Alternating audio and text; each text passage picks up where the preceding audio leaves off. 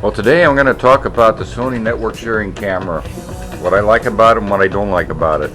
I am shooting this video with it right now, and I'm going to shoot the rest of it with my iTech Pocket Cam X, which I've been using for most of my other videos. This costs $19.95 plus $5 for the 512 memory card in there. Quite a deal. It takes movies, macros, the whole thing. I've had very good luck with it, and it produces its video in the AVI format. This is the very first Sony Walkman that was ever produced, and this is quite a gem too, I have to tell you. It really works really good. It's all made out of metal, and it was the latest and greatest thing that you could have. But of course now Sony has come out with not audio, but they're now using their technology to make cameras, and this is the Sony GC-1 digital camera. To turn it on, you have to open this up like this and then rotate it like that. Now there's a switch on the side here, and this switch adjusts for macro or full distance. I don't find it focusing very good at low speed, but there's what it would look like. And if I wanted to take a picture, I just simply take a picture by pushing this button on the left side here. If I want to take a movie, I push the button here and it begins recording a movie here. Okay? Stop it by pushing that again. You can tilt this up or down. One of the things that's difficult is trying to hold it and figure out how to work these buttons. It's a little bit, maybe should be a little longer in my hand here. And also it's very easy to put your finger over the lens when you're holding it, or the microphone hole here, or the flash. So I'm not quite sure how to hold it. If you put your finger down here and try to do it this way, it's like just not quite easy to do. And also there's a lot of different features, and I'm going to show you some other things here. One of the things I noticed is you can't set it up like this to take pictures of yourself with the self timer unless you close this door. Now you can close it this way and still see what's going on here, but to try to aim it means maybe somehow, I don't know how to do it that way.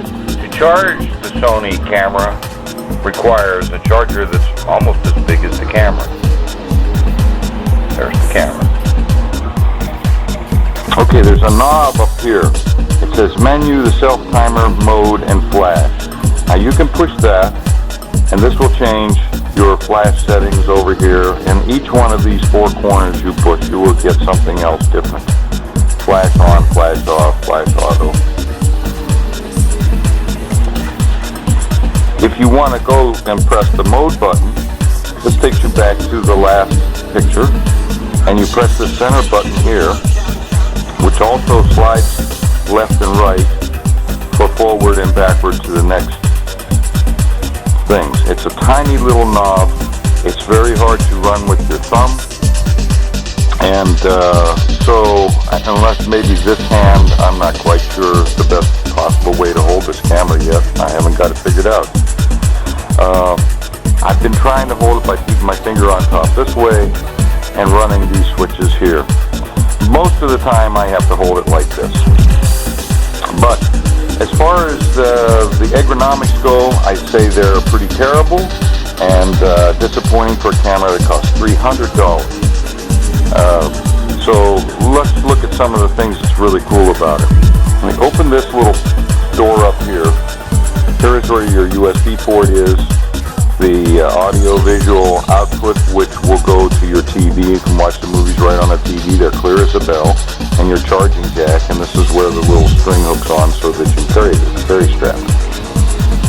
Okay, and that goes on like that. On this side is the power button, easily pushed when you least expect it, shutting it off. But let's turn it back on. There's a button underneath it here. It just has a kind of little particular window, so you have to kind of memorize these controls. But if you push that, this will turn on a display, and you push it again, and it turns on a built-in light meter, which is pretty cool, and you can see the light there. Okay, push it again, all that stuff goes off, and it's showing me I'm in the macro mode and no flash. Down here, if I push this button, this sets your quality, and right now it's on 5M, and that is the photo size. If you push this little button over to the side, this sets your frame rate or your movie size. So you can set up everything the way you want it. Pretty neat. When you're taking pictures, also, if you push the menu button, you've got here, you've got the camera, and you can go to take twilight pictures, twilight portraits, soft snap, landscape, high-speed shutter, beach scenes, snow scenes, fireworks, and candle. So that automatically adjusts the light for everything you want to do. When you go into the movie mode, that changes things too. So let's go back. I'm just keeping mine in automatic here. And you press this button, and that locks that in. You press menu again, and that shuts that off. Okay? So far, so good.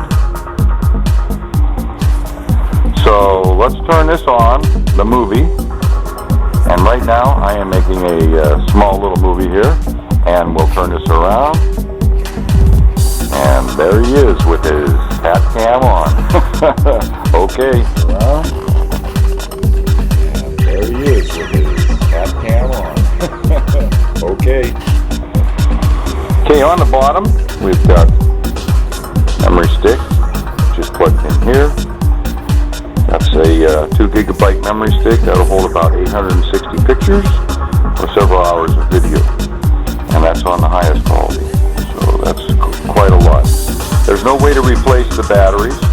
So if you're going to take this somewhere, you've got to remember that you'll have to take your charger with you too, which is just about as big as the camera itself. So another thing to keep in mind.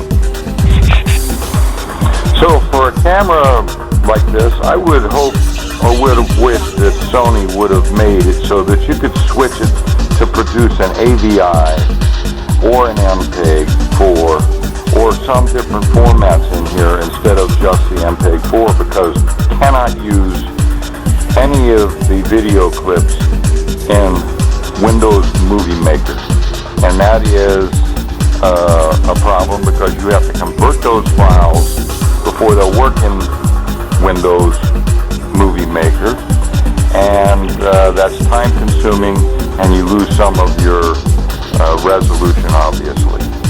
But otherwise, this camera takes super duper pictures, very clear. I like it a lot. It just has to be held, and you have to get used to using it a lot and the feel. It also has a zoom here, so you can zoom in, and you can also zoom on the movie side of it too. So it's just one of the nice little features. Another thing that's kind of a bummer is, of course, I'm using this thing to take pictures of my RC model airplanes, and the microphone hole here on the front is totally susceptible to wind noise. It's almost overwhelming, the wind noise. It needs some kind of a wind suppressor on there.